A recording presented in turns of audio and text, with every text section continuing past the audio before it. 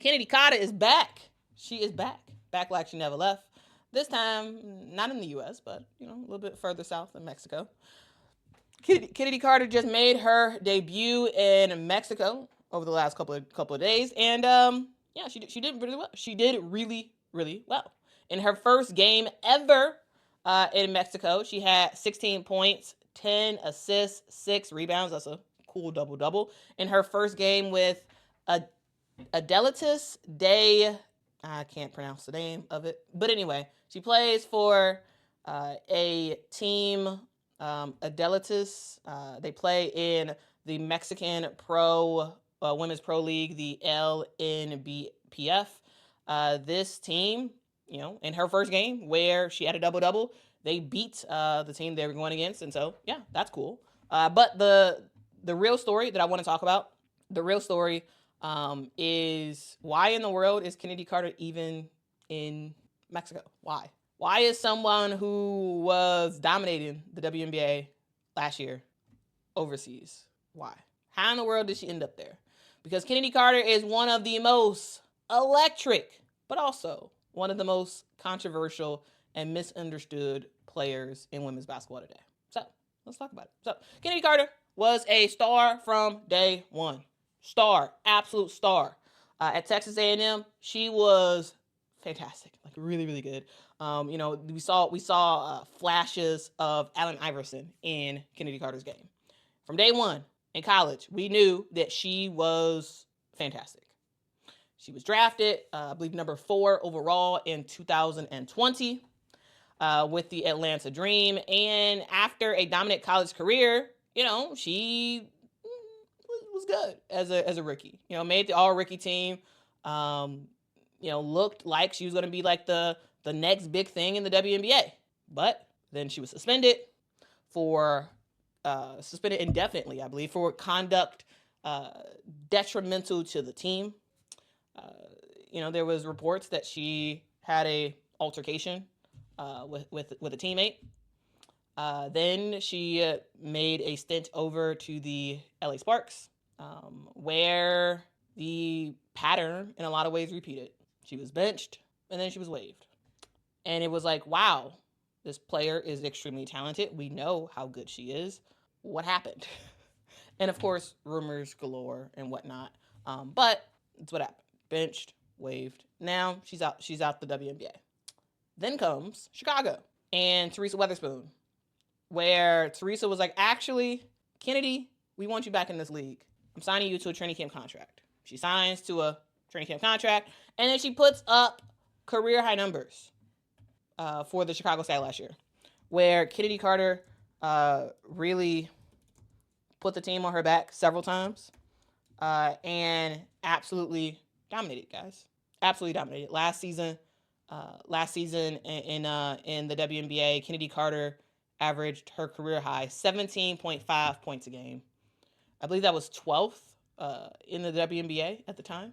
And kind of let that sink in. This is a top 15 scorer in the WNBA. When you're thinking about efficiency, yeah, she's efficient. She shoots 48% from the field. And a lot of those shots are tough buckets. She's not a three-point shot maker, but she's someone who can go downhill and get a bucket anytime, right? But still, no team re-signed her. Not even the Chicago Sky. And her then head coach, Teresa Weatherspoon, was fired, basically.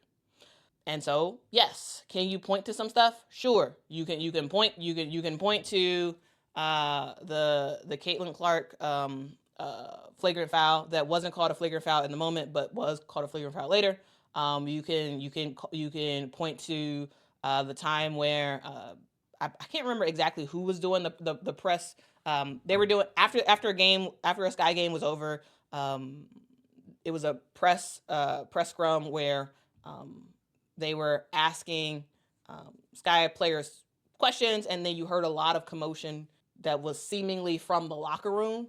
And there were rumors around Chennedy Carter and her locker room compatibility with the rest of the players, with just like stuff that's going on. And yeah, she addressed some of that stuff, and yeah, she said like she that some of that stuff was wrong and blah blah blah blah. But you get what I'm saying. Basically, there was a lot of stuff surrounding Chennedy last year that had nothing to do with her actual performance on the court. Because her actual performance on the court, in terms of just buckets, was great.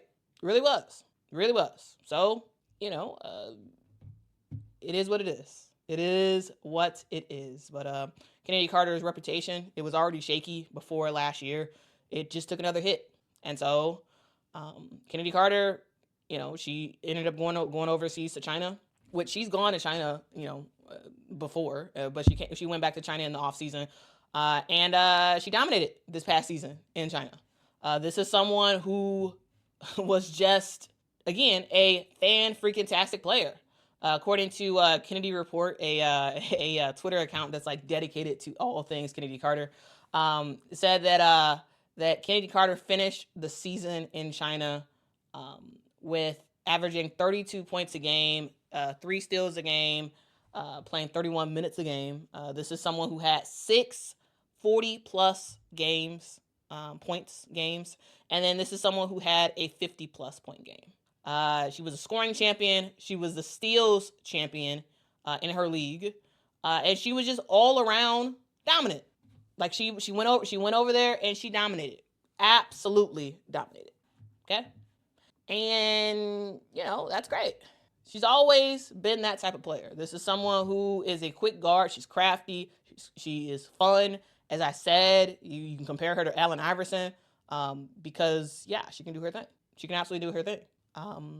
But after she was balling overseas in China, no WNBA, or at least that we know of, no WNBA team signed her. No one signed her. And so it was like, we were waiting. Okay, who's going to sign her? Is Chicago going to get her? And then Chicago was like, nah, we're not gonna extend an offer to her. And it was like, okay, what other team needs a flashy guard? Is someone else going to pick her up? No one did. And so Chennedy Carter had to figure out what to do next. Okay, and she's like, actually, let me go to Mexico. Let me go to Mexico. So she has a fresh start with her new team. And in game 1, she did her thing. Now, Chennedy Carter will probably win the MVP of this league over in Mexico. Right? She's probably going to be the best player on the floor every single day. The move to Mexico was not totally about chasing the next great opportunity with the biggest bag, because I don't think now numbers have not been released about what exactly Chennedy Carter is getting paid over in Mexico, but I would say it's probably safe to say that it's not what it would be if she played in the WNBA. This was not about chasing a money bag, I don't think. This was about her, in some ways, being shut out of the WNBA. Now, not from a league perspective, but individual teams thinking like, hey, actually, we know you're great, but we're actually going to pass on having you on our team. Now, that sucks, right? As a fan of Chennedy Carter, as someone who just truly loves the talent we get with her on the court, it's a bummer, right?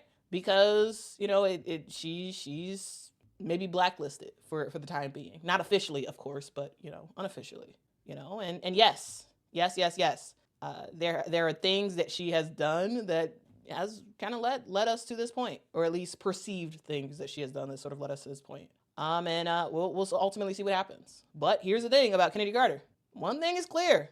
Chennedy Carter, hey, she's not waiting around for permission to come back to the WNBA. She's like, I want to hoop, and I'm gonna go where people want me to hoop. And since no one in the WNBA wanted her, okay, she went over to Mexico. And you can best believe we will see Chennedy Carter again over in China, because it seems like she had a great time the last what was it, 2 seasons she was over there. And so we'll see. She'll go over there, she'll be over there, and she'll dominate, and it'll be great. We'll see what she does from here on out. But I will say this: I am rooting for Chennedy Carter. I am. I'm rooting that eventually she does make her return back to the WNBA. Because she's just a great talent. She really is. Now, is she someone who's misunderstood? Yes. Is she someone who has made, some mistakes in what she has done and what she has said? Yeah. I'm sure she'd probably say that, but what's not up for debate is her talent. And in Mexico, she's making sure we don't forget it. Okay, she is making sure. So what do you think? Should the WNBA teams give Chennedy Carter another shot, or is her future just overseas from now on? Let me know your thoughts in the chat and in the comments. Okay. We got a super chat real quick. Thank you so much.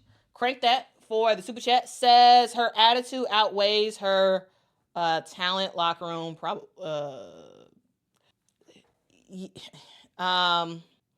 Yeah. Wait, hold on. Actually, let me reread that. I'm trying to figure out what you're saying.